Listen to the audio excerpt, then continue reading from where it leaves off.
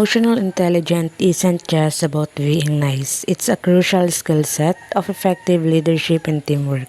This role play demonstrates the four branch of model: perceiving emotional, using emotions, understanding emotions, and managing emotion. We'll see how skilled leader applied these branches to address challenging performance issues. Thanks for meeting everyone. We need to address the recent delays on the Zenith project. Mark, can you update us on your progress? I'm behind on a few key tasks. I've been dealing with some personal issues and it's been hard to focus.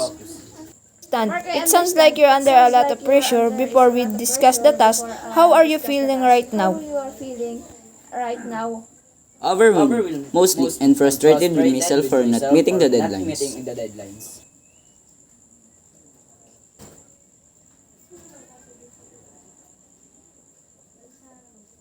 That's understandable. Let's focus on solution. I want to make sure we support you while ensuring the project stay on track. Let's address the tasks and then we can discuss resources to help you manage this stress. Can you elaborate on the personal issues affecting your work? Understand the context will help us find solution. It's not just about the workload. It's the combination of the workload and these personal challenges that makes a big difference. Okay, let's create a plan. Chloe, can you assist with Mark? Ben, could you provide additional support with Mark? Let's also explore option for flexible working hours and company resources for stress management.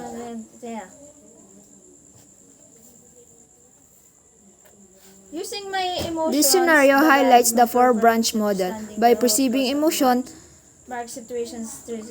to guide my responses, understanding the root cause of my challenges, and managing the situation strategically, we were able to address the performance issue while supporting Mark's well-being.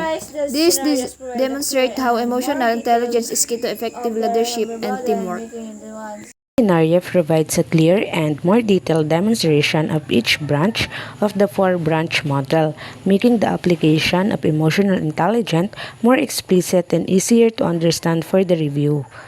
Remember to incorporate and appropriate nonverbal cues to enhance the role's play's impact.